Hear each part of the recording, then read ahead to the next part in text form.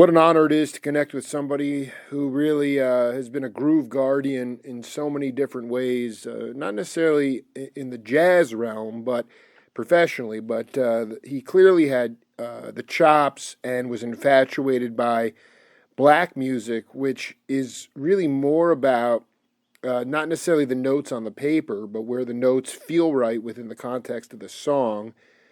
And as a result, my guest was part of and collaborated on many a hit record, and also had a chance to tour with many, many unheralded shaman blues players overseas. He continues to do it today down in Tampa, St. Pete. Jeff Stick Davis, welcome to the Jake Feinberg Show. Jake, thank you so much for having me. What a pleasure to be here today. It's such an honor to have you, man. You know, I've been after you for a while, and I'm delighted that you are still here and still ripping it up on the bandstand. I really wanted you to talk about any experiences that you had seeing. You know, Elvis had a string bass player early on, and I just he did. That's Bill Black. That's right, Bill Black, and I know Mingus. I'm just wondering if you had a chance to see some of these incredible early sort of purveyors of the string bass, especially in the jazz context. Not as much in that I played the upright bass in school. But on February 9th, 1964, all that changed when I saw the Beatles on Ed Sullivan. Oh, yeah.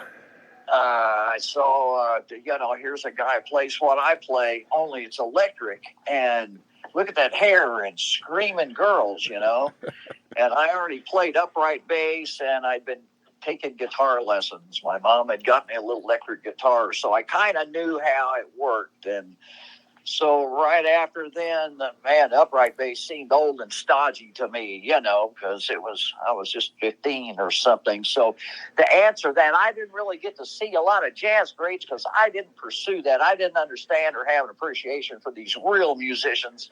Not that the Beatles weren't. What can I say? No, I think it's valid. I think what you're talking about is you were a self-taught musician. I mean, you played the upright bass in school, but the Beatles were essentially a skiffle band. I mean, they picked up their instruments and they became incredibly gifted. That's correct. But they weren't, this wasn't symphonic music and things like that. So you were more into the sort of the idea of original tunes, but also just keeping it very greasy too. Yeah, and at the same time, we were all pretty young when we started that. I didn't understand the actual part of the bass being part of the groove till many years later.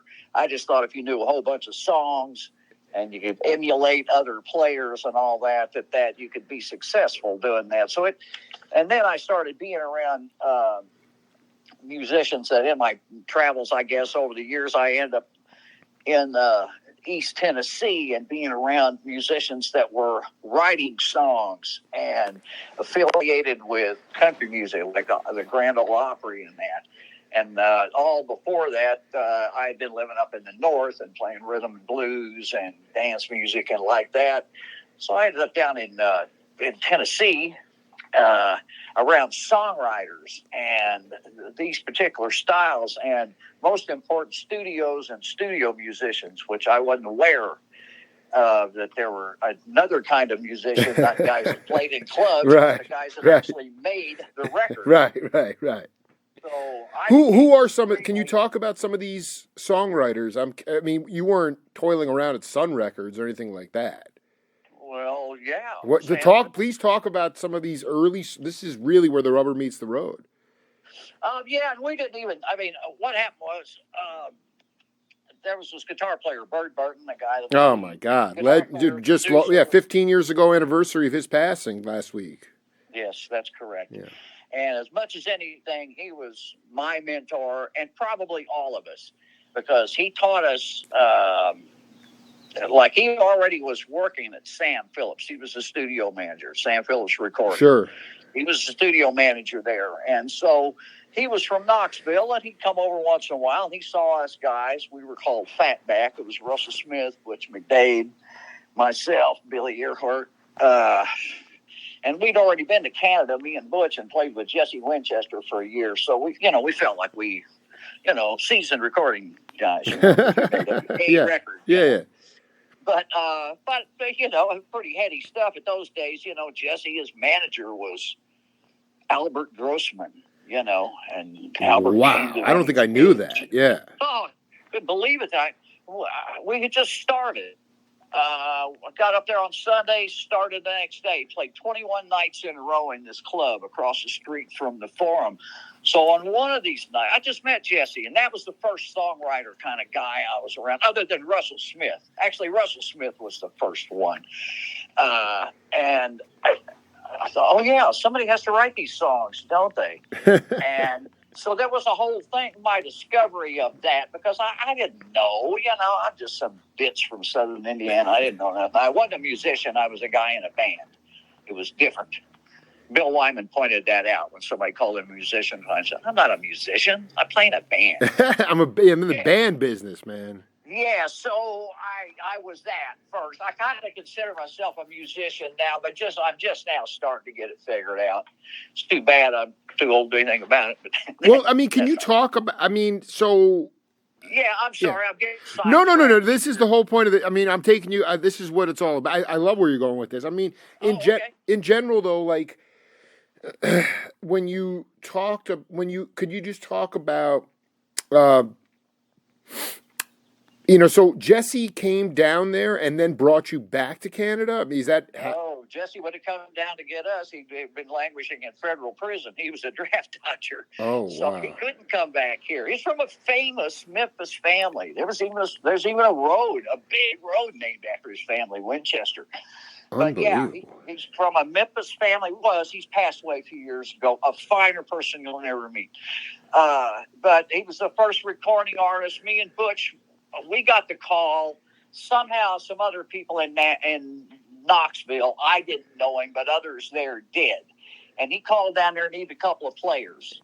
And so Butch McDade, our drummer, went up there, and they called me and said, Stick, get up here quick. And so I came up there, and we spent a year living up there, toured back and forth across the country. Of course, he couldn't come into the States at that time. That all changed later on. But like I said, while we were still just the first week or so, Albert Grossman and the president of Warner's flew up there on the Warner's jet just to say hi to Jesse. And they took us out for hot dogs. I'll never forget it. But, here's Albert Grossman. This guy at the time, man, he was Bob Dylan's manager and Janis Joplin and, the people that were really, in my day, some of the biggest names. So even just to get to sit and talk with this man and then recorded his, for his label, Bearsville, which Jesse was on. Butch and I were on his third record, Learn to Love It. So we were Jesse Winchester and the Rhythm Aces. That's kind of how that started, actually, the name Rhythm Aces. And then we did a couple of Russell Smith tunes on Jesse's record. He asked if we had any songs to contribute. And so all we had was Russell Smith songs. So we played those. In fact, one of them was Third Rate Romance. And we recorded those on Jesse's record. And because of that, it kind of got things going for the Amazing Rhythm Aces. As far as publishing and stuff, we all got writing deals because of that. I say me and Butch and Russell Smith and Billy Earhart, we all got writing deals with Mr. Grossman's publishing company. Wow. As a result of being, part of that. And then we knew Bird Burton, and he's the one that brought us to Memphis, to Sam Phillips.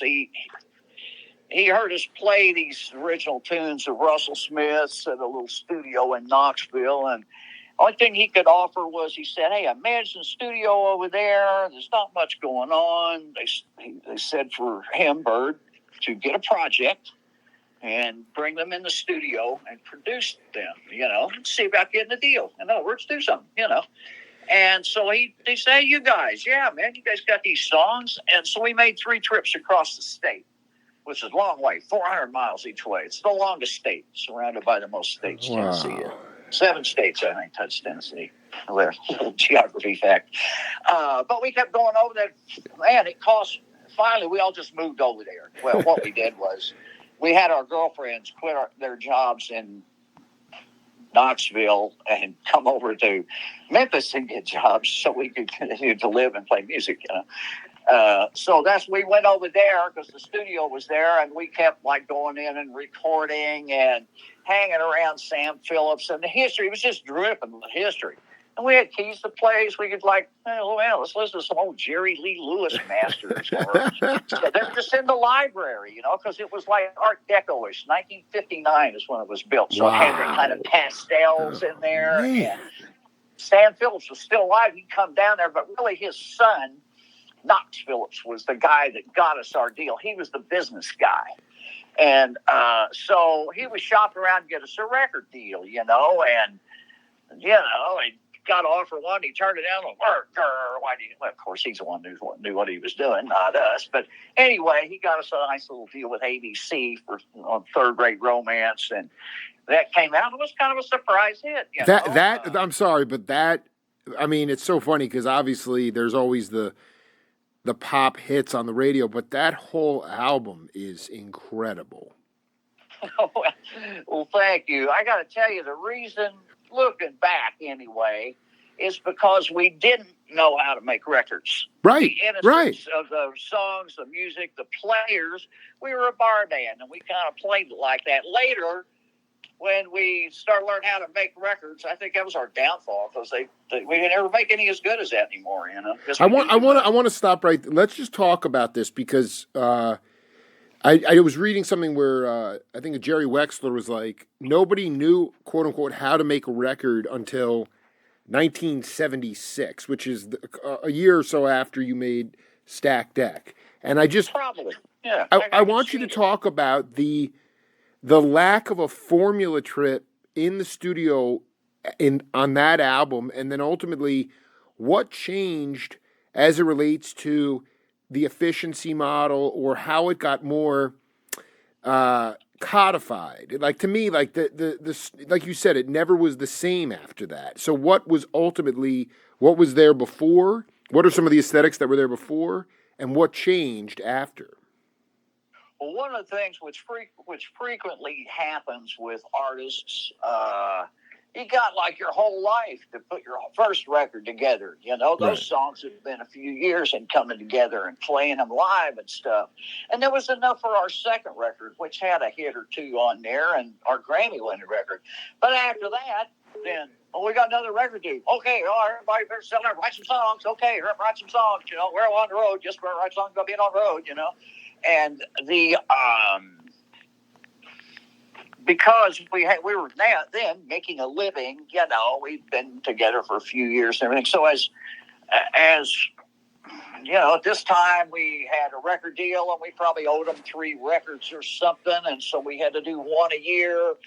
And you have to come up with material. You have to come up with 12 sides a year. That was kind of the record deal back then. Mm-hmm. So, you know what I'm talking about? Like, you got the gun to your head. The songs aren't going to be as like love songy like as they are if you're sitting there with your girlfriend and like, let's see, a boon to spoon beneath the moon. Hey, what do you think, honey? You know, something. But you know, said, okay, the label's breathing down your neck. Hey, man, we give each one of you $15,000. You're all living in new houses. How about some songs? You know, they don't really say that, but that's what they mean. You know. Mm-hmm. So you're kind of under the gun. And then also everybody, success, even a little bit of it. And because we were more like successful to our peers, more than just like a household name or anything, you know, more like people we toured with, Eagles and like that. We toured with the Eagles. Their tour was sold out. This was back in long run days. Wow. But they had us open for them for about 6 months just because they liked us. They didn't even need an opening act. All their seats were sold out before they left the house, you know.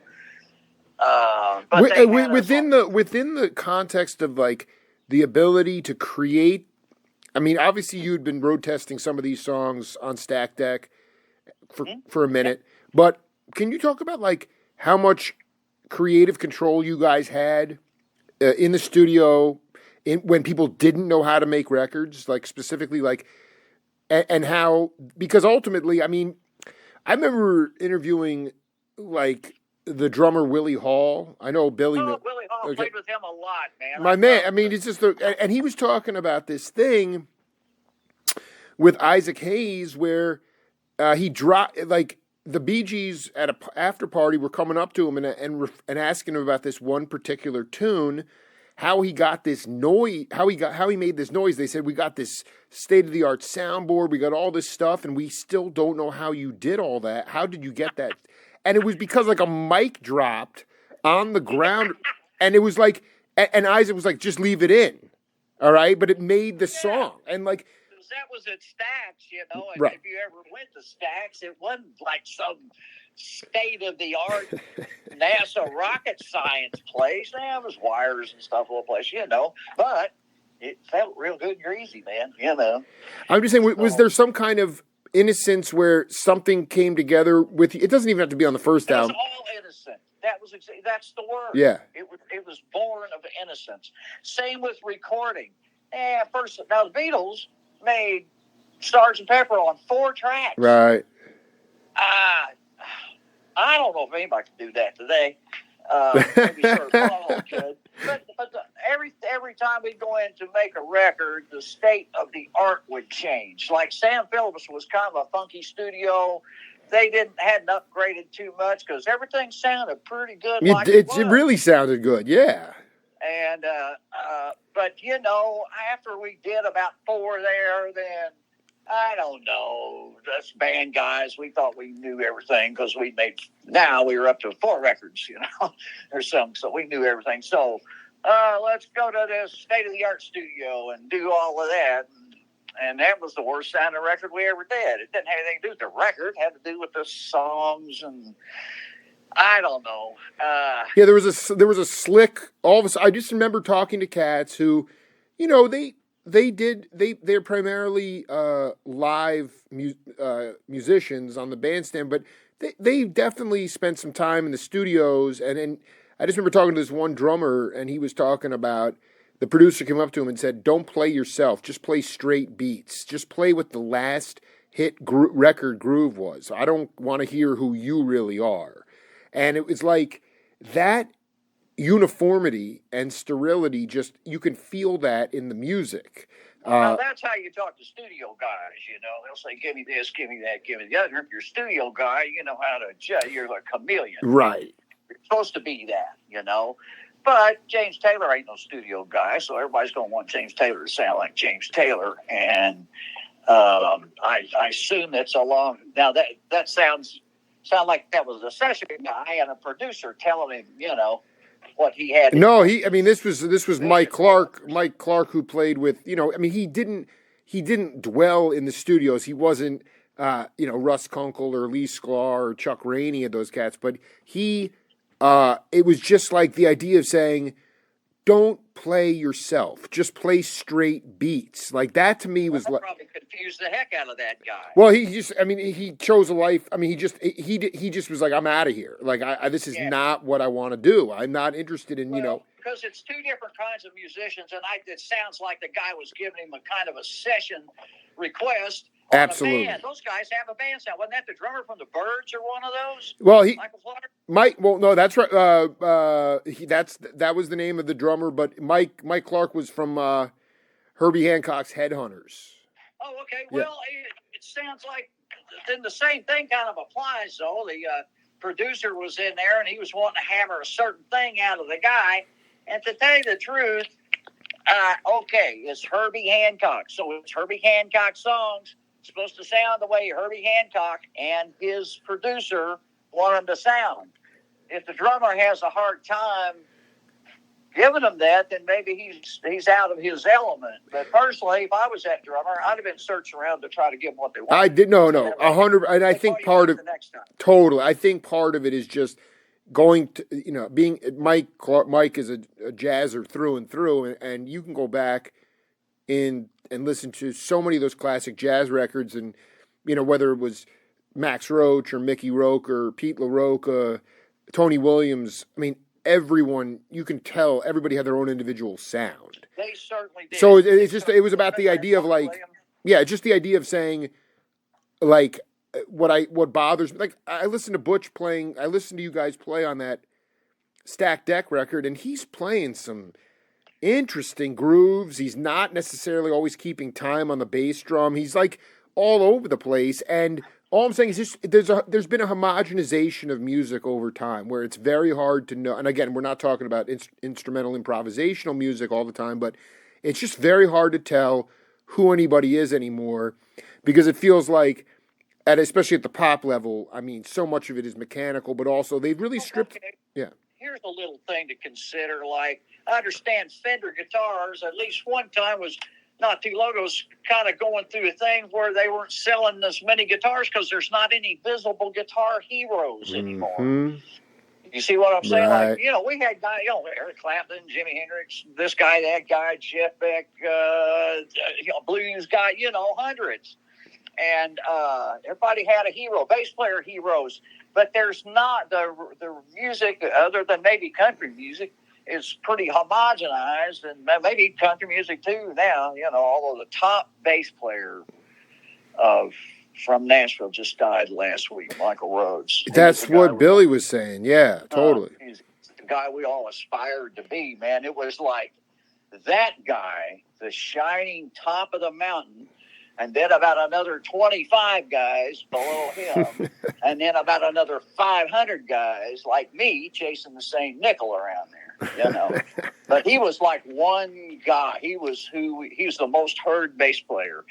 And you know what? I don't mean to get sideways, but he was the supreme studio guy. He played with the Beach Boys one day, and I don't know, Clint Black or somebody the next. I just make an analogy, but it doesn't matter. Didn't matter what it was. You're telling me he was already on the scene when you guys were just not long after. He got there in the early 80s. He's a little younger right than us, right but, just about the whole time I was in Nashville, he was the top dog. I lived there 25 years before I moved down. Did you guys, just to put a button on this sort of early rhythm aces in the studio, did you guys have any baffles? Did you use earphones, or was it just like? Yeah, Sam Phillips. They had all that. In fact, some of them were built in. The walls were burlap. They had hard surfaces, and then you could pull like a hinge door thing open, and it had and then they had roller baffles and all that kind of stuff, and regular phones, regular studio. I see. But what I was saying is like Butch. Like, to me, like I love leakage, and to me, like he wasn't in a drum booth, was he? Yeah, he actually was. They had a drum booth. Wow. Not long ago. Wow. Still there. Wow, really? But they don't set them up there anymore. They set them out on the floor. It's a different philosophy now. Well, how does it change? Could you talk? I mean, I'm just, as a 45-year-old journalist, this is critical because they put them out there because they put mics up in the air. They put them 10 feet away and 20 feet away and like that. And you can build a really big drum sound pretty naturally by miking and by space, Right. So the philosophies of recording drums, especially drums, because it's an iffy deal. You go in, the drummer has to show up to the session at least an hour before the session, especially, even if there's house drums there that's already mic'd, because each guy kind of got his own thing, Bass player sound check takes about 5 minutes. Can you talk about a time, even with Jesse or when you were playing live, when, like, essentially, you go back to, I remember interviewing Cropper, and he was talking about, I mean, just early on, like when you were playing live, you were playing out of antiquated PA systems, obviously not when you were on tour with the Eagles, but, earlier than that, like early 70s, that kind of, like, were there times with Butch where you maybe the bass, what you guys, you didn't have an amp, or the drum, you had to really grow your ears in order to hear everything? Because to me, I mean, I think that you guys just had huge ears grow. You know, your ears grew so much on the bandstand because you didn't have in-ear monitors, thank God. You know, Oh no, you were I playing never off had. all the I just wonder if you could talk about a time with you and Butch, or just when it was just you had to just get through the gig, but it turned out, looking back on it, that it was incredibly valuable because your ears grew the most. I don't know if it was any one particular one, but I mean, back then, the shall I say, the state of the art, and we still joke about that now, the like in Fatback before we were Right, the rhythm right. bases, we had a guy that he stole lumber from a building site and built speaker cabinets. So we didn't know he was stealing the lumber. He just built them. Yeah, whatever. He's just taking. Yeah, that Cabinets is out of unbelievable. stolen lumber, and a couple of JBLs and put them in there, a couple of horns, and that's what we had. You had whatever. I mean, it's a constantly changing world out there, music gear and all that. But back in those days, there was only about 3 or 4 brands of drums and guitars and sound systems and that. So you made the best you had with what you had. And seeing as how there wasn't anything to compare it to, nobody had been to see Bruno Mars. Right. No, I did. In some Coliseum or something, so you heard what you heard. Like I remember during that time, I went to see the Rolling Stones, which was 1972, I think. Sure. And that's when they just got their Ampeg amps. They were all playing big Ampeg amps. They had a big mirror over the stage, and they shot their Super Troopers, they were called back then, these spotlights, and they shot them from behind the amp line up into the mirror, and it reflected down on the band. At that time, that was like the most state-of-the-art thing anybody had ever seen. No, there was no digital anything, just a big bunch of piles of black boxes on either side of the stage, and that was the Rolling Stones, But still, I'll never forget that concert. I'd seen them about 5 times over about 35 years, I guess. Go. I mean, that's not what made you better, really, man.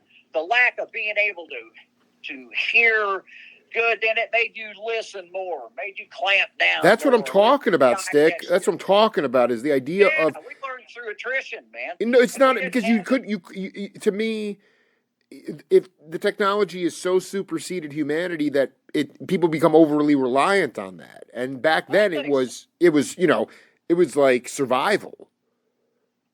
But but I'm an old guy, and today, my values don't really. I mean, I know they might sound charming, but really today it's different how they do that. Even the studios are different. Like at Sam Phillips, and most studios were like that back when I was living in Nashville and everything. Okay, the control room is relatively small. Tape machine, the mixing console, a couple of chairs, and a couch. That's right. And then a big room for drums, bass. Everybody's out on the floor, but it's not like that now. They build the tracks. So the control room is big. And the only thing out on the floor is a set of drums, maybe. And everybody else in the control room. And they stack the tracks rather than everybody 1, 2, 3, 4, kick off. It's not like that, man. People are building the tracks. Everybody may not even be in the same town. Believe me, it's. It takes the soul right out of it. It's so demoralizing because it's the lack of humanity playing together, lack of pulse. The point is that kind of fits the times, doesn't it? Absolutely, man. Absolutely does. I want to be clear about something. On A Beautiful Lie, it sounds to me that Bird is playing a pedal steel guitar. Did he play pedal steel too? Oh yeah, because it's just so funny because because on the back of the album I checked today and it says steel guitar, it says electric. It doesn't say pedal steel, but I'm like that dude. Well, it's the same thing. Yeah. But yeah, he played steel, mandolin, electric guitar, and around Nashville. See, after the Aces were over, then that's when Bird and I became very close. After the band broke up years later, then we worked together in Nashville. It was different. It was like him and then us 5 guys down here because we were just a bunch of dimwits, and it was he was a master. Whatever he touched, He knew it. He was one of those guys. He could pick up an instrument and he could master it in a day. He was just that kind of guy. That is. I just want to go back to when you first connected with him, and like ultimately, He was like the reason I ended up down there in Tennessee. I met those guys in Chicago. I was living there, and that guy, man, this little band I was playing with in Chicago opened first. There wasn't even. It was Butch, the drummer, from the Aces, and Bird and some guys up in Chicago. I didn't know them. They were up there making a record. And I was just in a little blues band, and we opened their show for them in a club. And here's Bird, and he's got like 3-foot long hair and fat fingers like sausages and playing that thing like it's an angel playing, Jesus. man. And that wasn't even then. What they really hired him for around town, I'm jumping ahead some years. It's all right. After we're there in Nashville, people hired him. Now, he played everything. He played mandolin, steel, electric, acoustic, banjo, anything got strings. I guess he could play some bass, but no, I'm there. But they'd hired him to play acoustic rhythm because he had like these fine sounding acoustic guitars, Taylor's and Martin's, big jumbo guitars, and his touch. Now, you looked at his fingers, you couldn't see how possibly play like a gut string guitar, but he sounded angelic. And I hate to sound corny, but if he's standing next to me, I'd tell him, man. Hey, man, you're not corny, Stick. I've been waiting to talk to you for years, man. This is great. Bird, but did early on throw away all the, once you guys settled in, did he help you learn to play without fear? Was he a mentor to you? Yes. Yeah. He taught me how to be a studio musician, and me and Butch both, because we both wanted to be that. And what he taught us was when to not play, because playing in bars and stuff, you play everything, every bar. Look at me, yeah, right, right. But in the studio, it's the opposite. In doubt, don't play. Less is more, kind of thing. You bet. That's absolutely it. Wow. Dude, I missed the boat. I didn't, it's funny going back and I'm like, Russell was clearly the showman and the band leader. And I mean, I've genius. I mean, I freaking love that cat. He hated that shit. He didn't want to be, I know he didn't want to be that, but Bird was an avatar and instrumentally just could do everything. Absolutely. If he touched your life, you never forgot him. I'm telling you that. Oh. If he touched your life, go back and I don't know. You saw where Billy posted him the other day. You should look to see what people said about him. Oh, unbelievable. Yeah. And Michael Rhodes was the same. Not only did they talk about him being such a creative musician and such a joy to have on a session. And when I saw Michael Rhodes sitting on there, I knew there was going to be a great session. But they said eclipsed only by what a fine man he was. I dig. And I kept reading that. These are heavy hitters. Guys play with Delbert McClinton and like that, and they're all responding and they're talking about this Michael. And I'm thinking Bird was the same. Bird was the kind of guy that if he touched your life, you remembered him, And I just was lucky that I got to be around him. In fact, later in life, he had been married and his wife passed away. And then he met somebody new, and so they bought a house. So I bought his house, and that's where I lived until I didn't live in Nashville anymore. I bought his house. Wow. We did sessions together. Every time I got a session to put together that I was a leader on, he was my first call. And if he couldn't make it, then I would try to change it because he always made them go so smooth.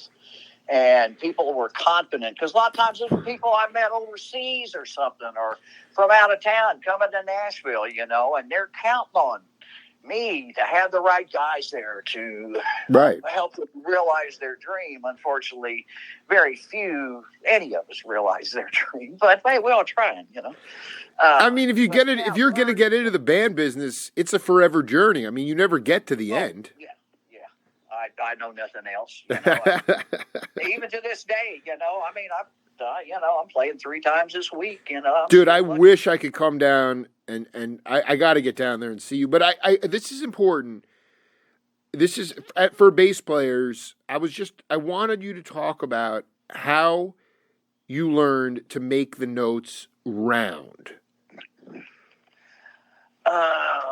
Like big, round, I mean, the idea today, the other issue with, like you said, they're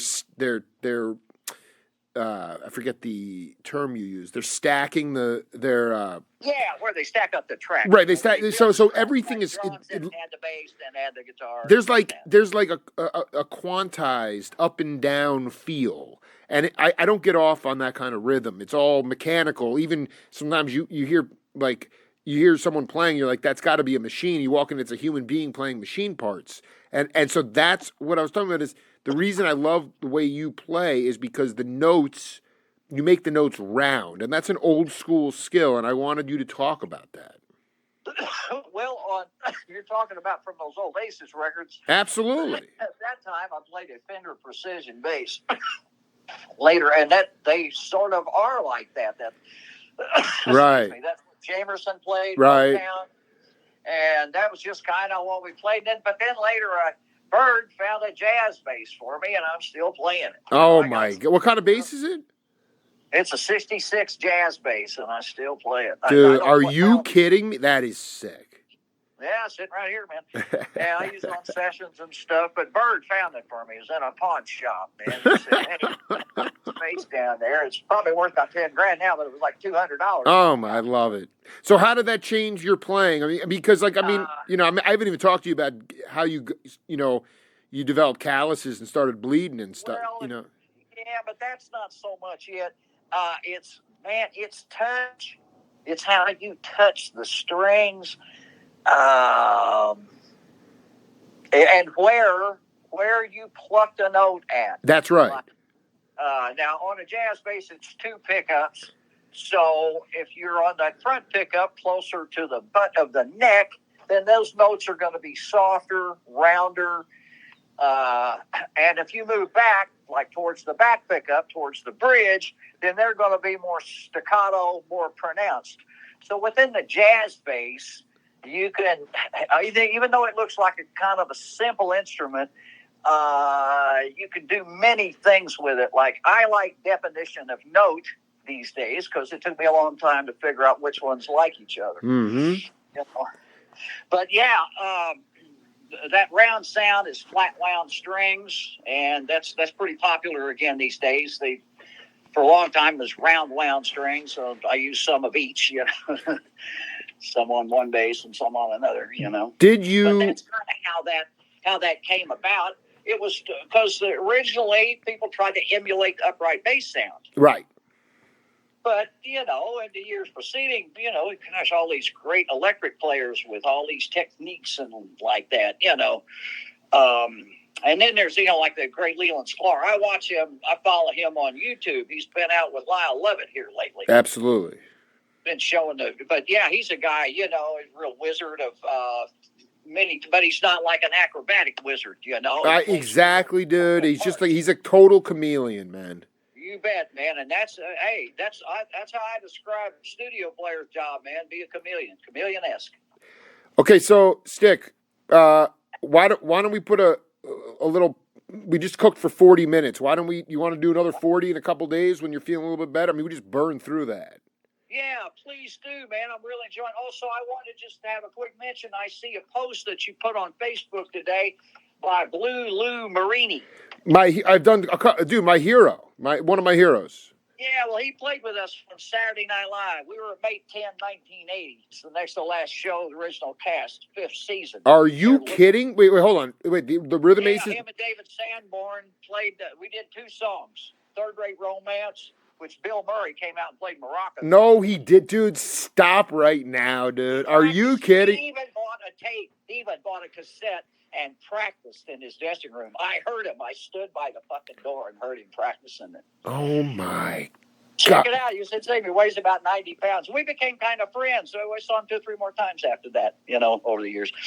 And then the second song is, that first song is Who Will the Next Fool Be? A Charlie Rich song. That's my favorite tune. I love the way you guys did that tune, And that Blue Lou and David Sanborn are on on that one with us. Well, that's when the Blues Brothers was cooking hard at that time. With, right, it was right before the Blues Brothers. This was 1980. They started later that year, man. But it was in fact they may have already been rehearsing for it. Yeah, they were. That's so mad. So that is so beautiful. Yeah, and I Stick, we'll just keep digging at this, man. We'll put a time together. If you talk to Willie Hall again, tell him old Stick says, "Hey, I love Willie. We played together, me and him and Billy E. We played together a lot around Memphis." Well, I'm gonna send you his number. You should give him a call. Okay. All right.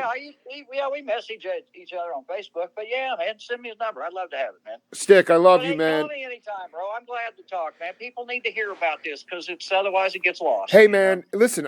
When 50 years from now, when we're both not here anymore, all I care about is younger cats searching for authenticity, because there is no authenticity in recorded music today, for the most part, and they're gonna hear this stuff, and if it affects one person, then we've done our job, baby. Well, let's hope.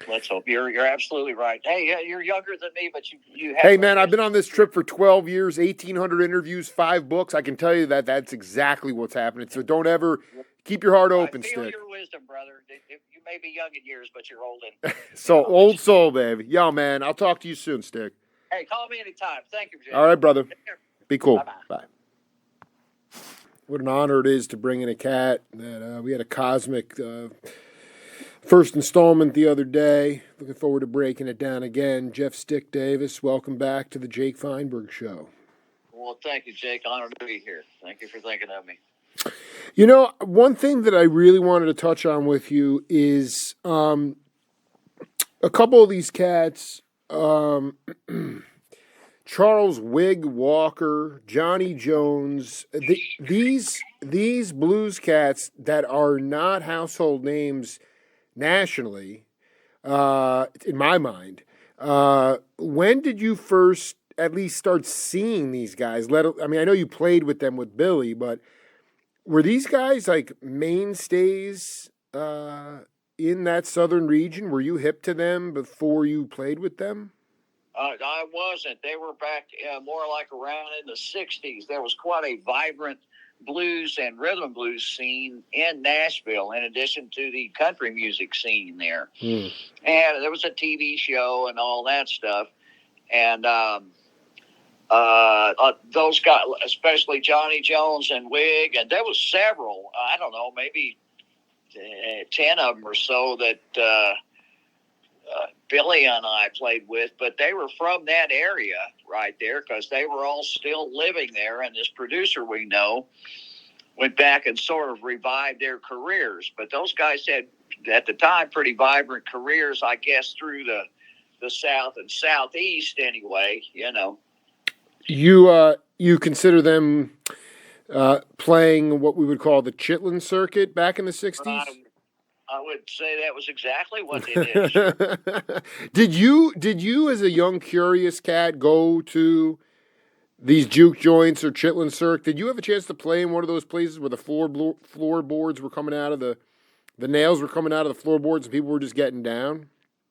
I went to some. I was at least where I grew up in southern Indiana. There was only a couple of places like that. I remember seeing Jerry Lee Lewis one time, and that was pretty interesting. Can you talk about that? He was playing at a black club, or he was just playing at a juke joint? Well, it was just kind of a juke joint. I mean, sometimes they had black artists, sometimes they had white artists. It was just a stop along the way in southern Indiana, and it was just a funky place. It might have been a skating rink once upon a time, but it had like a potbelly stove in the middle of the place. Oh, I love this so much, dude. Don't even tell me they were cooking stuff in there while the music was going on.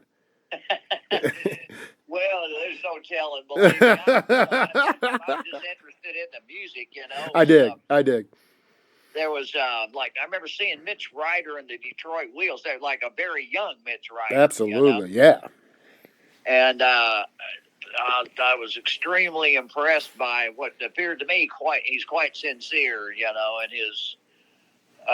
his presentation, and they were Detroit guys. Like, I was from southern Indiana, as I said, so I more went up to Chicago and stuff when I was a kid. I went up there and saw well, whoever there was to see at different times. Sometimes I'd see groups like Grateful Dead and stuff like that. But then, before I got to play with him, BB would play up there quite a bit. And, sometimes I'd get to go up there and see him just a time or two, because that was, he was the top act around town. He played like posh clubs and not so much the juke joints or that. Oh, no, dude, it's funny because I don't know if you've ever played or hung out with Charlie Musselwhite, but he said that the only it's a myth, the only real cats that had steady 7-night-a-week gigs were B.B. King and Howlin' Wolf, and the rest of the guys would play, but they were like working in the factories and stuff. Well, that's why a lot of these guys went up north from, like, especially guys that start out in Mississippi and the Delta and like that. They strictly went up north for the jobs, Absolutely. And a lot of times they brought their talent with it, and sometimes their talent, they were lucky enough, their talent made them able to escape the factories and, which they make people that work in factories make really good money and all that at that time. But, some of those artists, that's how they end up being from the north there, Detroit and Chicago especially, that area. Did you see, maybe looking back on it, did you see that Southern Indiana juke joint, regardless of, whether they brought in black acts or white acts, was it one of the few places that was actually kind of desegregated?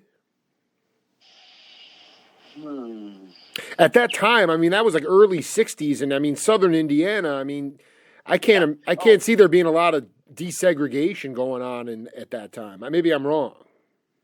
I'm just kind of trying to think what that was like there. I left there right about 69 or 70, out looking for. I didn't figure anybody was going to come to discover me there or anything. I didn't know too much, but I didn't figure anybody was going to be send talent scouts up to Evansville, Indiana. Yeah, we're sick, man. We got some guy in Southern Indiana, man. He's a killer player, man. So I knew I had to go find whatever it was, there wasn't any internet or anything, you just had to go places and see if things worked out. And sometimes I'd go these places and I'd see musicians and hear about them and the people I'd heard about, and I got to see them live. And but I remember I spent a year each in Chicago and Minneapolis and Montreal, back when I was coming up. And I wasn't looking to particularly play blues. I was just looking to play. I wouldn't, I didn't really know what it was I wanted to do. I just figured I'd know it when I saw it, or it would pick me or something, I love it. I want to focus specifically on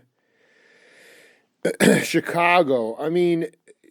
Where were you playing on Rush Street? Were you? Yeah. Like what kind of gigs did? I know you were, like Mr. Kelly's was there, which was more of a kind of a post bop or like jazz club. But I'm just curious about like some of the cats because there were so many dudes like. Well, then there was the Record Mart, Sam Turner. You had, and you had just all these incredible black artists, Big Joe Williams and Johnny Young. I just curious if you had, even though you didn't necessarily see exactly what you wanted at that time, did you get a taste for the authentic blues? I did, especially about the only guy I got to actually play with. I was pretty young, and there's seasoned players all over the place, Oh my God, yeah. But Otis Rush was a guy. He was around quite a bit, and I got to play with him a little bit, and that was quite. Can you please tell me about? I have this album, Cold Day in Hell. It's the best album ever. Otis Rush. What was he? These guys were not. This wasn't an intellectual exercise for them, but I just wanted you to talk about the grease and the grit and and sort of the things that you took away from. That's an iconic dude to play with at that age, and I just wonder what you could talk about in terms of his aura and his essence. I remember him being like really generous about that, like. Encouraging like young people to play with him because I was just about probably 20, I guess. I'm not even sure if I was 21 yet when I kind of left town looking for whatever it was. But I just remember, man, everybody was nice to one another, and the guy like that, he seemed like he encouraged people to come and play with him. And I know that I didn't get to play with Muddy Waters, but he was still playing around town. He was touring as well, but he played in town. But he generally have his seasoned guys with him, and he might have one or two younger white guys with him. You're playing guitar, harmonica, and like that. So a lot of those bands were mixed. That's right. That's interesting. When we lived the whole Amazing Rhythm Aces, we ended up living in Memphis, and that's where we really did our records and all that. And the bands were all mixed around there. Now they had their own guys were from around there, Al Green and Willie Mitchell and Al Jackson. Yeah, absolutely. But those bands were mixed there. That's more where really got a taste of the in-town scene there too. I was a bit young when I was in Chicago, and I didn't, like I said, I didn't know what I was even looking for. I just know I was just looking around, Dude, I would have loved to have been hanging with you at that time because, in some ways that innocence, there was no internet. You didn't know where cats were. You could stumble in somewhere. I just remember talking to this guy Hawk Walensky, who was in a band called Medora, and those guys were ripping it up in Chicago around that time, 70, that range. And he said there were nights where George Benson would just roll in after his gig with, and check them out after his gig with McDuff.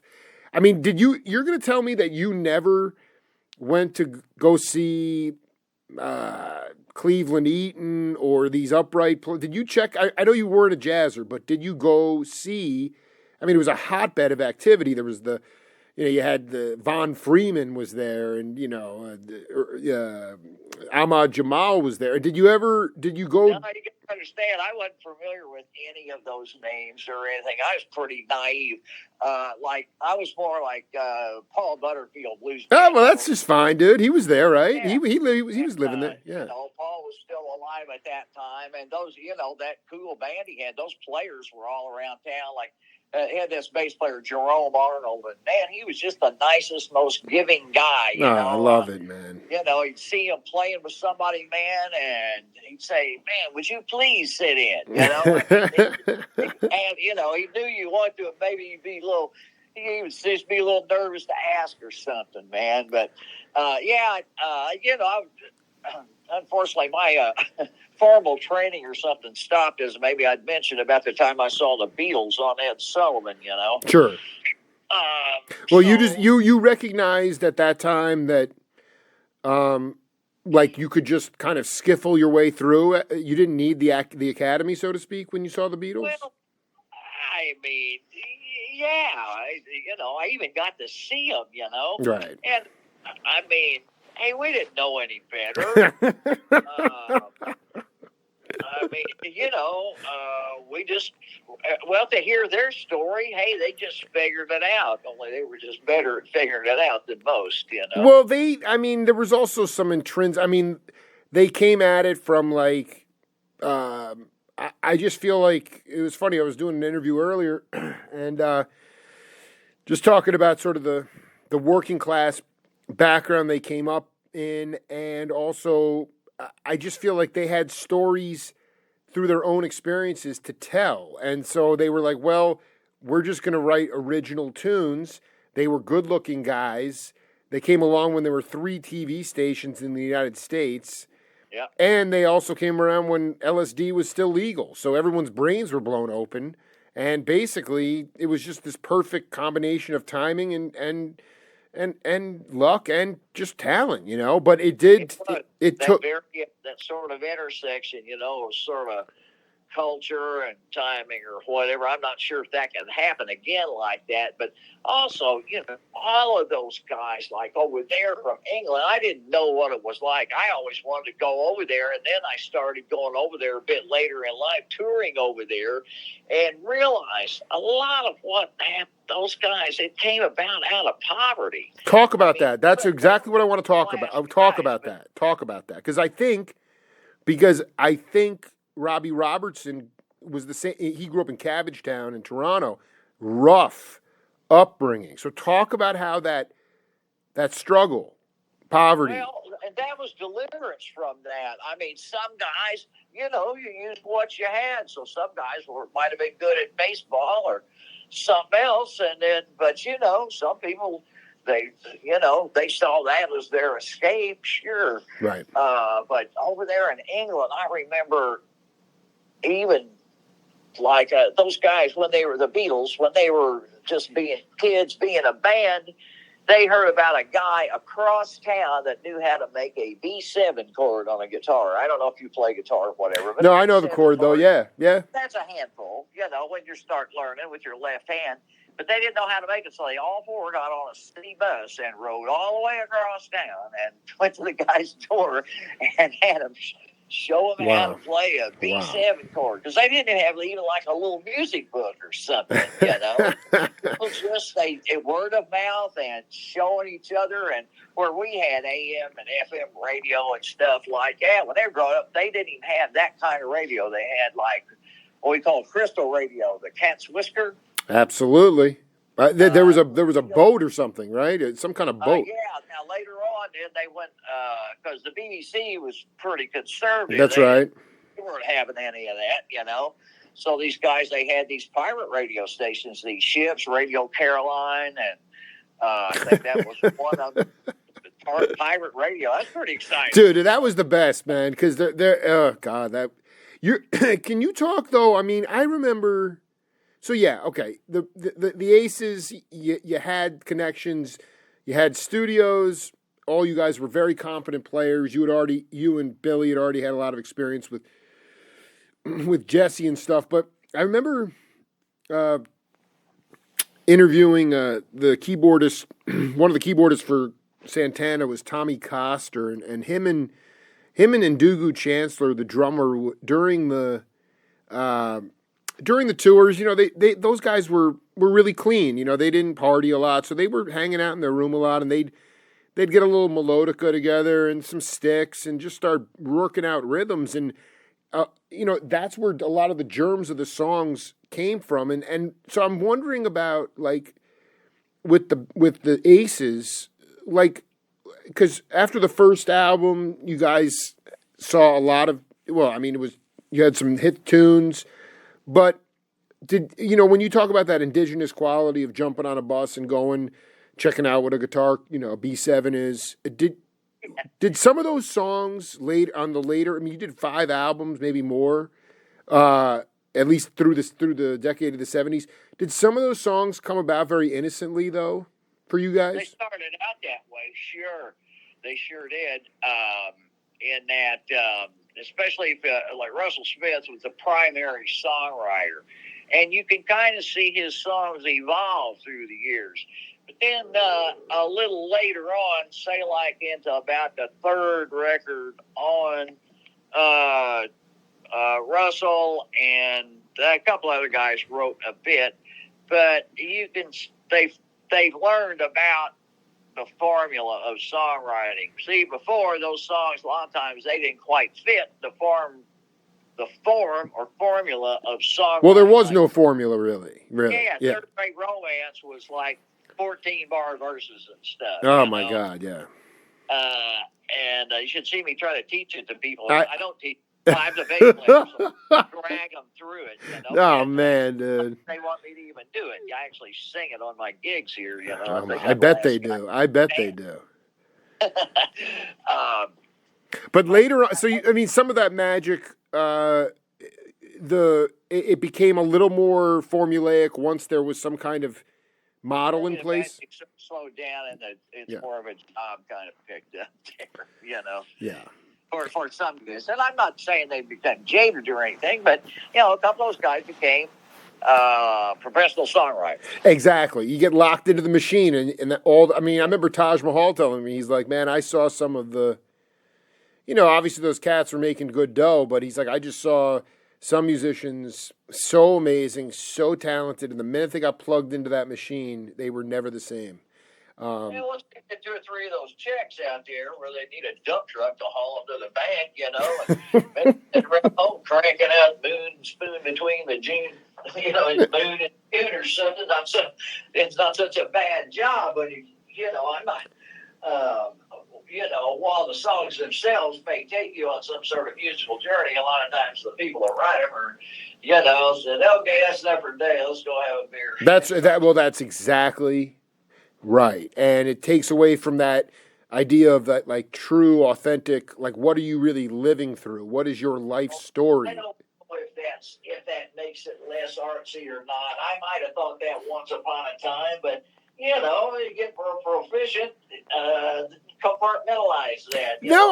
I do, man, I dig it. But I like the idea of still having a tune that swings and it's not part of any kind of formula, where it's just completely, it's in a very organic thing. It's like going to Greece and people are dancing in the meter of 9 or something, it's like, that's where they're from. That's what they know. That's what their life is, and this idea of the efficiency model, you guys are a perfect example of that, where that came into play and you had to have a certain beat and you had to have, the song had to be a certain, I mean, it's always been. And maybe I touched on this before, but especially in Memphis when the group finally came together and all that, we weren't really aware of that other kind of musician I was talking about, the guys that played on the records. Absolutely. Because when we'd see touring bands, we'd think, oh, those guys are a band. They all get together and make those records. Absolutely. I dig, man. Well, later on, we found out, no, man. It's Hal Blaine in there, man. Yeah. There's because I explained it to some guys one time, a long time ago. I was helping some guys put a little country band together, and they're going through tunes. They looked up on YouTube, and they were saying, "Man, that drummer ain't playing anything like he was playing." I said, "Man, that ain't who played on the record. The guys playing the record look like me, or they're big old fat guys eating pie between tables." Oh, I love it, dude. I freaking love it. They get the pretty guys out on the road that they pay $100 a day. They get to get $500 a day, guys in the studio making the records. Did you see like Beach Boys, like those kinds of bands? Because it's funny, because like sometimes, yeah. I was, a lot of times they thought you in there fooling around, but it was more like the Fair. I would see like, I don't know, guys around Sun, like Jerry Lee was around there a lot. It's kind of weird. I was influenced by him a little bit when I was a kid, and then later on when I discovered about country music, but like it was, I don't know, whoever was around town at the time, like Charlie Rich was there, and I got to hang with Charlie Rich a little bit, and he sent his manager over or something to have me come over to talk to him about playing with him. You remember Charlie Rich, and man, it was really cool. He showed me a 7-car garage and everything in a studio, and they took me back home and dropped me off, and he never played another show. Oh my God. But what you're saying is a lot of times, like, I mean, they weren't playing like overly sophisticated music, but the truth is that a lot of the times that you'd say the majority of the bands that you were seeing, it wasn't those cats were not playing on the records. Yeah, most of the time it's not, because it's a whole different kind of thing. Guys that play live, they tend to overplay, as I did, Absolutely. That was the beauty of, like, Bird, for example. Me and Butch both, we had to unlearn and relearn how to play. Because we were overplaying. The tendency is when you first get in the studio, I'm going to show them all my hot licks, man. Play them all every bar. When in fact, the polar opposite is true. Play less. Well, it's also about, like, I mean, because those cats in the studio being such chameleons, whether it's a jingle or a commercial soundtrack. I mean, they're used to. A whole other business. Well, that's just about. But you got to, what is the song called? Calling for. It's really not about chops per se. Like that. That becomes like you become like that studio shark. And you guys were. You think you were overly verbose on your instrument with Winchester?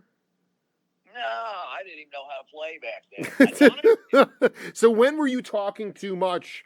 What was the environment that you realized once you got in the studio that you were saying too much? Well, now if I listen to even like early Aces records or stuff like that, or I used to have a bunch of the demos and right. And other records. I still got a bunch of CDs, but I'm not sure if I have records anymore of different things I played on. But God, going back listening to that, and playing too much, because it didn't matter back then like it does now, where everything was so quantized. Like now, man, that bass note better land on that kick drum, because if it don't, they're going to go back there and scoot it over.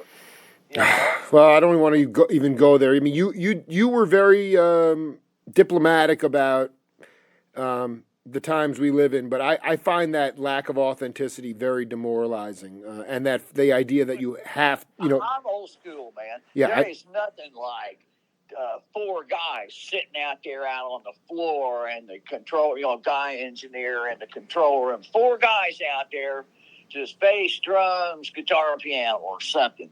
And making a track, that fifth person is created from those four guys. You're darn right, dude.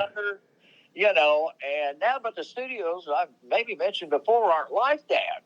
There's not room for four guys out there. There's room for like a drum kit. They build the tracks one instrument at a time. And boy, talk about a groove killer to me. Anyway, I'm with you, man, and the idea that like, okay, well then that your bass line that note doesn't fall on the kick drum pad. It's like, okay, like, but the song still feels good. I mean, that stuff was left in, and they know how to make it feel good now. I guess. I mean, I wanted to ask you about like, where were you at in your? I mean, the Aces were already very well established, but like that time around 1980 when club owners really decided, it's just like what you said, there's no room in the studio now because they don't need to have real people. They just can have a drum kit in there, make it really efficient, cost effective, and that's great. But and then you had the same thing going on in the clubs, late 70s, early 80s, where club owners were like, oh, why are we paying a quintet? Why not just bring in a DJ? Where were you at in your career? And ultimately, is that why you picked? Yeah. Male, so I didn't really see a lot of that because I'm sorry, you played with Mayall? Yeah, right after the Ace was over. I think it was about June of '81. Aces, I think, last date the old days was January of '81. Right. May of '81. What happened was a friend of mine just called me. He said, "Hey, go get your bass and come over to this certain studio." And they tracked me down to the music store. That's kind of weird. Usually people call you a week ahead of time or something. That's incredible. No cell phones or anything. Yeah. My bass, and he didn't say anything. He says, "Go get your bass, come over here." You don't say nothing. So when somebody tells you that, there could be Elvis or something. Wasn't with us anymore at that point. Well, I lived in Memphis. Elvis died there too. That's another story. Yeah. I went over and the lights were low. It's a Daily Planet studio there, and the lights were low, but I could hear it. That voice, if I knew his voice, and everything. He's warming up, and so we go there, and there's John Mayall, man, and so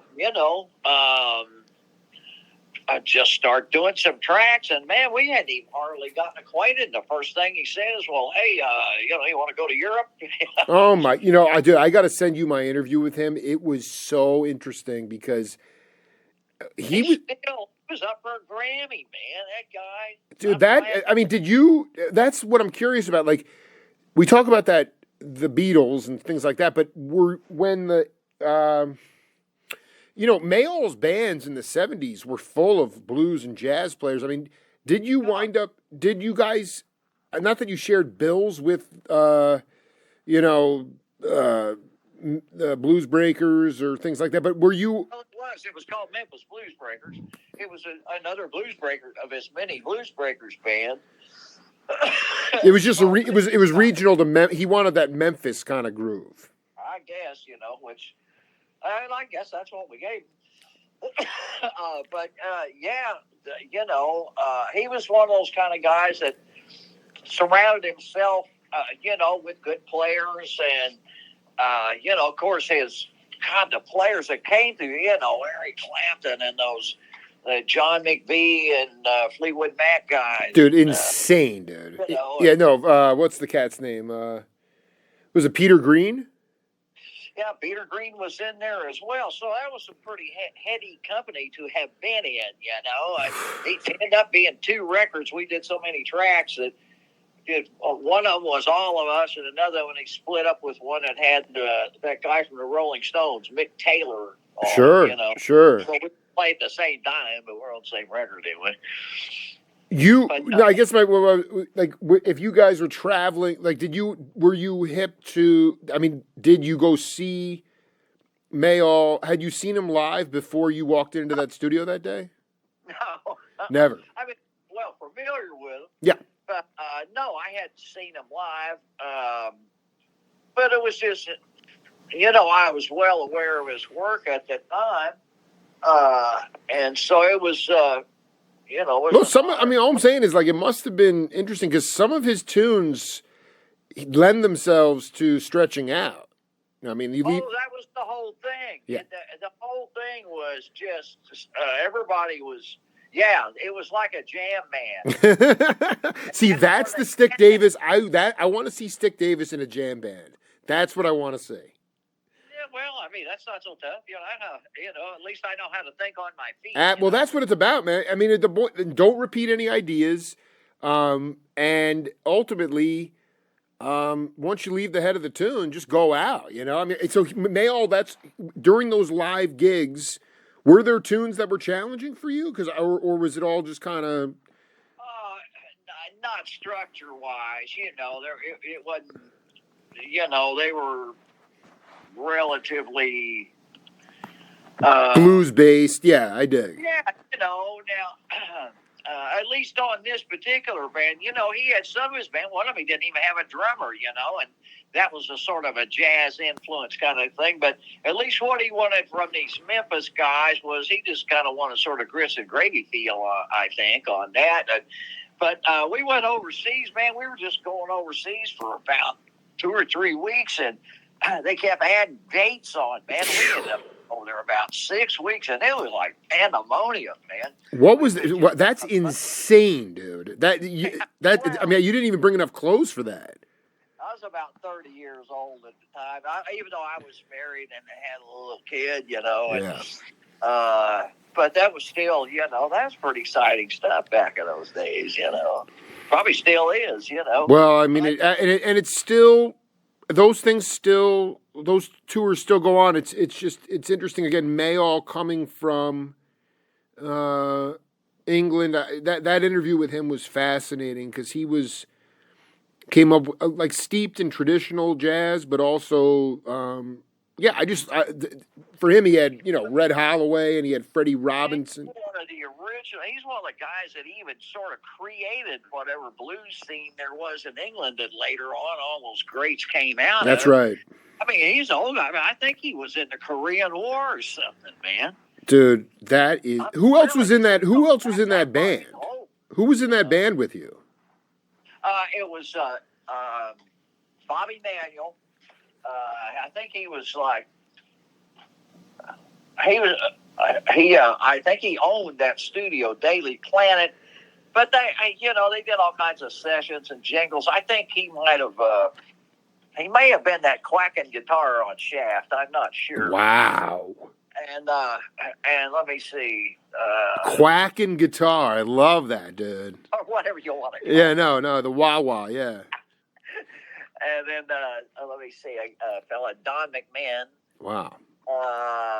But it was just like a pretty stripped down group. Was there a horn section or no? Yeah, there were just 4 of us, I think. Wow. 2 guitar players and bass and drums, and then the producer was a fella named Don Nix. Dude, I can't believe you just, dude. Do you know who Larry Raspberry is? Yeah, of course, sure. So Larry just called. He called Don, and Don wasn't into doing it. Dude, he wasn't into doing an interview. He's been doing an interview with you. I can't believe that. But dude, no, because you know what he said. He said, I didn't talk to him, but he told Larry, he's like, the last couple have been very disappointing. I'm like, come on, man, you don't even you're talking to Jake Feinberg. He's famous, is he? Yeah, exactly, dude. So Don Nix was. Well, I'm sorry, he was. What was he doing in that band? Yeah, well, he didn't do anything in the band. He produced a record. Oh my god. Well, I mean, that's what he did. Dude, I can't freaking believe that. That is so classic, man. But I got to tell you, that whole tour was pandemonium, and part of it had to do with Nix, you know. He added to the color, that's for sure. Oh my god, dude. I mean, dude, if the walls could talk. Guy. I won't say anymore. I did. He's a colorful guy, and he's an interesting interview. He's probably just fooling with you, baiting you or something, man, because he'll tell you a story. Now, you know, you might want to have your whatever department that is to check on due diligence. Yeah, right. The FCC. But he's a colorful fellow, man. That's one thing about Nix. He is. I haven't talked to him in years, but yeah, he's a handful, man. Stick. That was a long time ago. No, but still, I mean, that's a greasy band, you know. That's a good band. Well, and you know, we were just all guys that kind of played how we played around there. We hadn't been a band or anything. We were a studio band. No, I dig. I'm wondering, have you? I mean, considering that it was a pretty massive tour, have you ever stumbled across any live tapes of those shows? No, and I have looked around too. I don't think there's. I had some, but I don't. I'm gonna go dig around a little bit. I might be able to hook you. You have it was mostly Italy and about 81. Yeah, about June, July. All right. I'll go look around for it. I'll do a couple of months in there. Stick? Do you are there in Tampa today? You are an elder. Are there other elders that, you know, of any genre that are down in that St. Petersburg, Tampa area that you stay in touch with at all? Let me see. I'm not an elder from here. This is just where I wound up. I dig. I know I did, but you are definitely yeah. People, I got to tell you, you have to be careful with that, man. People don't like you for that. What do you mean? Well, okay. I came here like 8 years ago. This is like a big hometown here. Yeah, I know what you're. Okay, you don't have to go any farther. Yeah. You're not part of the family. I get it. Well, no, I'm not. I didn't grow up here. People really kind. In fact, I just passed my 1,200th gig mark. Well, I mean, you're not starving to death, you know. Well, I don't make very much, but what it does, it keeps me moving, keeps my brain moving, gets me out of the house. Keeps the pulse going. Come on, dude. It's essential. This is just about gigs. People make CDs and stuff, but mostly it's just about the gigs and stuff around here. This is not. Now, one thing that there is here that I've kind of started doing some records for is trot rock, which is kind of a sweet little genre. It's generally artists are a little bit older. They're people that have had a career. Right. Yeah, they all sing songs about life on the beach and taking it easy. And yeah, Jimmy Buffett kind of stuff, you know. Yeah. Those golf courses and bars. Wait, so you're talking about? Yeah. There's an outlet for that. There's charts and festivals, and I mean, it's all Jimmy Buffett's fault. You blame him. Dude, I'm blaming him, dude. Wait, hold on. You're talking about non-professional musicians who have a lot of dough and want to play, and so then they're pretty well sizing it up. Yeah, well, that is that. Cut right to the chase, absolutely. And what it is. There's a man and wife down here that are friends of mine from Nashville. Only I didn't know they were down here for a while. Right. And then we got hooked back up, and they got a studio, a little label, and so they got about 8 or 10 artists on their label. And it's kind of, artist is self-funding this in life. Absolutely. Sugar daddy, yep. You know, but they got, you know, charts for that and everything. So we go, you know, we all speak the same language, not the artists, but you know, these folks that run this studio. So, I mean, you know, we all do the number system and, you know, we find them real fast, you know, and so that's kind of a cool thing because, God, there's everybody, all everybody plays is blues around here, and I've had enough. Man, wow, you know? Dude, I love the way you're talking. So what? Tell me. No, it's just that white boys lost in the blues. I've been playing blues for 40 years. I know, dude. And you were doing it. I mean, I was just listening. I wanted you to talk about your concept of, especially with you and Butch. I was just listening to this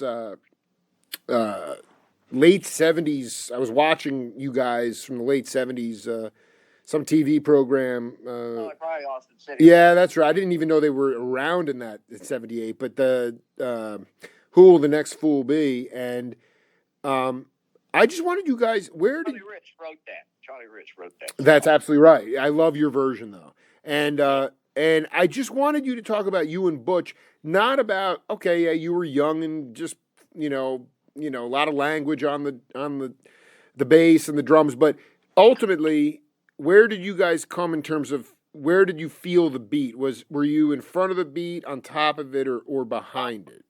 Butch pretty laid back on there, man. Now, you're darn right, dude. And not, you know, well, neither of us really. We didn't understand the consistency of studio playing yet. So, but even then, even back in high school, I knew I needed to be landing on that kick drum, you know. you didn't know much, but you knew that. Yeah, I did. You know, I'm leaving the playing across the beat for the guitar players, you know. But, and Butch was like that, too. Now, we met, you know, completely, you know, I'm from Indiana and he was from Tennessee, but he and I had an instant sort of just lock or kinship or something, you know, and it was just one of those things that we hit it right off. So we both, even though we were young and we naive and everything, that's one thing. Together, we had a pretty nice little tightness that somebody could lay down, you know, their chord structures and their lyric, and they knew that they weren't, when they came back in for verse number 2, that they were going to be on the money. Dude, you created that padding, you know, it was beautiful. Yeah. That's our job, man. You know, the stars are up in front. That's why we're in the back, man. Well, but yeah, you guys, but I mean, you guys can really swing everybody knows the drummer is basically the leader of the band. So he can direct the tempo, he can shut people down. And the point is that you guys make the music feel good, you know, and that's the point. It's not this, you know. I always referred to like this, especially me and Butch, man, because Butch, he always sat low behind his kit, and he looked like he was riding his kit. You know? And so I always describe us as the mighty engines behind the AC. Oh, man, dude. No, I mean, you know, at the end of the day, Stick, I wanted you to just, before we wrap up set 2 here, I wanted you, you know, it's such an interesting time on so many levels and, you know, in every area of the world. But I just, you know, when I listen to your music, the Aces, I mean, it's like very powerful, emotive music. And I just, today, I wonder if you could just talk a little bit about your concept of love and, you know, how you, aside from music, you know, how you bring love to your world. At this point in life, that sort of comes through the people in my life. You know, I'm an older gentleman now, so my joys come from, of course, still getting to play music. But in addition to that, you know, I'm a grandfather. I have 4 grandchildren, and I get to. They live very close. You know, I get to see them. Just about every day, one of them, or sometimes all of them, if I want. And how does that talk about your grandkids? I mean, because that to me, that it's not about that. To me, is unconditional love. You know. It is, and I want to. Now, three of them already, come to see me play, and they know who their grandpa is. The youngest one, my little grandson, he's not quite old enough to know that yet, but I want to hang on there long enough that they all kind of know who their grandpa is. And, like I've had them all over my crib here and had them pick out something they might want after I'm gone, a few little trinkets like my oldest granddaughter wants my upright bass. And dude, I want her swinging a big band with that upright, dude. well, it's an old upright bass. I know, dude. Billy told me, man. Yeah, I still have. What is that, like a 66 or something? No, this one is about a 1935 or something. Oh my god, dude, that's like a Milt Hinton bass or something, dude. Yeah, so my mom got it for me for my 16th birthday. She bought it in a pawn shop. She really, because I played upright when I was a kid, she liked that because something we did together. We'd go to the orchestra and stuff, Oh, totally. I was seeing the ensembles, but then when I started playing electric bass, I don't want to be bothered with it. Orchestras, I want to be out there beat ticks. No, totally, man. That's why everybody got into it, but yeah. Start playing music, people pay attention. You feel though, you feel at peace in your life? Absolutely. Yes, I do. I think I hope I'm really happy to hear that, man, because Billy the same way. It's like you guys, the lineage of your family will continue. Your music will live on long after you've gone. And, there are a lot of cats that had the similar careers that you did, and, the phone stopped ringing or they just became less in demand, and they're pretty resentful and they're not very happy. And I'm just really happy. Yeah. Stay that, man. You can't lay down. You can't lay down. I mean, I guess if you're a big star or something, but, man, I was just a working guy. I did, man. Lay down. Man, I still kept trying to be a better musician because I didn't learn how to play till after the Aces. Really, I love that. How old were you at that? 40? When back when the Aces? No, after the Aces. Let me see. Or maybe 31, or I don't even. 31. Yeah, I was 31 back then, and then we got back together again when I was about in 96. So I guess I was 46 then, I just turned 45. So when you say, I just, I think it's really important because I've heard this a couple times, but life starts at 40 in some ways. You don't really know anything until then. You don't have enough life experience. And for younger cats who are desperately trying to get in the game, and yet they don't even have any foundation, yet they want to get in the game because they feel the pressure of the speed of our society now and the one and done nature of everything. And why is it important to for longevity to keep, the fact that people would say, what are you talking about? What do you mean you learned how to play after the Aces the first time around? What does that mean? And why is it important for longevity as a musician? For me, it was, I knew how to play Aces songs, okay, Mm-hmm. and that particular style. But, hey, I wanted to be a plug-in kind of guy. Hey, you need a bass player, within these certain genres. Hey, I'm a guy you can call and, I take right off. So I more like needed the little mechanics of the music and not be some guy who just knew a whole bunch of songs. I dig, man. How the music worked. And now I'm starting to learn that. That's something I've been trying to do for over 30 years, Well, we got to get you a Stone Bebop gig, man. I mean, that's the other part of it, right, Stick? Because you never really learn everything that there is. You never learn it all. Anybody that says, no, you can't teach me nothing, man, I know everything. Yeah, okay. Okay. And some 20-year-old kid's going to come on and play your ass in the ground. You're all that. Get ready, man, because nobody is. This town I live in here, it's a lovely town, St. Petersburg. Yeah.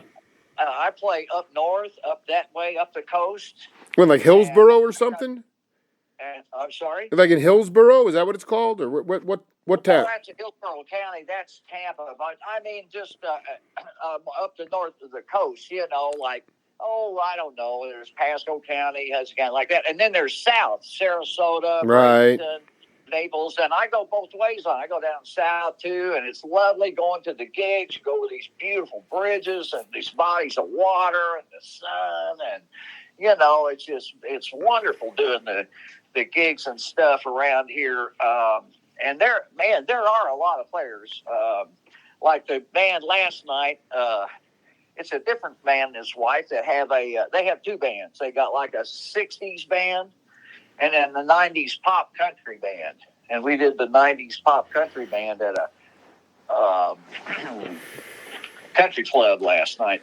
But the music is real fun, revisit like songs that were popular when I lived in Nashville and, that kind of stuff. And hey, I enjoy doing that or playing like California Dreamin' or The Age of Aquarius. Oh my God, are you kidding me, dude? Well, that's well-written music, and the fact that I can figure out how to play them, and I do write Nashville number system. I'm an old numbers guy. Sure. Well, I still feel like you're fully capable of pulling off a serious My Favorite Things or something, Oh, I'm sure I could, yeah. Or all blues. I guess if there's one band, do you play in any outfits? I don't care if it's one gig a year where you guys are playing original music, or are you basically playing all tunes that are part of the? Well, I played in one band for about 8 years till just very recently. Mm-hmm. Just right before I talked to you, I'm not in it anymore. Wow. It's a gentleman that, how can I put it? It's okay. The point is, can you talk about that? That to me is what I get off on the most. He's a wealthy guy, and he writes songs, except he doesn't really. Right. Takes existing melodies and puts his own words to them and things like that, and that's fine, Right. And he's a kind of like a guy that sort of he can't jam. He plays harmonica, and he can't really jam. But he likes his band and all that. So that's about the only. Now, wait a minute. That's not right either. I also, the whole time, I've been playing with a woman named Wendy Rich. And she's kind of got some Nashville connections or whatever. So she does original music. And sometimes somebody will have one or two tunes, but there's not many people that have a group of their all original tunes other than the guy and his wife that have the studio. I'm just telling you, this is my one wish for you, and we need to connect again really soon, but I really hope that on some of those sun-washed days that you can connect with some kind of fierce fusion blues rock band that's just playing instrumental over-the-top music, because that's what I need. Say again? Thank you. Kind thoughts and words. Yeah, hey, I feel like I'm real lucky that people call me to still play, Absolutely. Well, I mean, dude, you it's always been, and it will always happen, man. And I also think music is a healing force, and so as long as you have the gumption to do it, it's going to keep your soul alive, and it's going to keep you on this planet. So with me, it's certainly keeping me waking up in the morning and putting one foot in front of the other. As I said, my life is real simple, man. It's friends and family, my dog, and playing music, and that's what it is. Those three things. It's real simple, and I'm in pretty good health. Stick. I hope I consider you part of the family, man. I really love hanging with you. I can't wait to come down there, and I don't care if it's a country club gig. I definitely want to come see you play, man. And all kinds of different things happen. Man, if you're getting near the neighborhood, please let me know, man. And thank you for thinking of me. And hey, if you don't have anybody else to call sometime, you can always call Stick. I'll be happy to Stick, talk to you. I'm calling you back. Well, dude, I'm going to get this the full interview up, but we'll do it again, man. And much love to you, baby. One foot in front of the other. All right. Well, thank you so much. Hey, till the next time, all right? All right, sir. Be cool. Take care, my brother. Later, dude. Bye. Bye.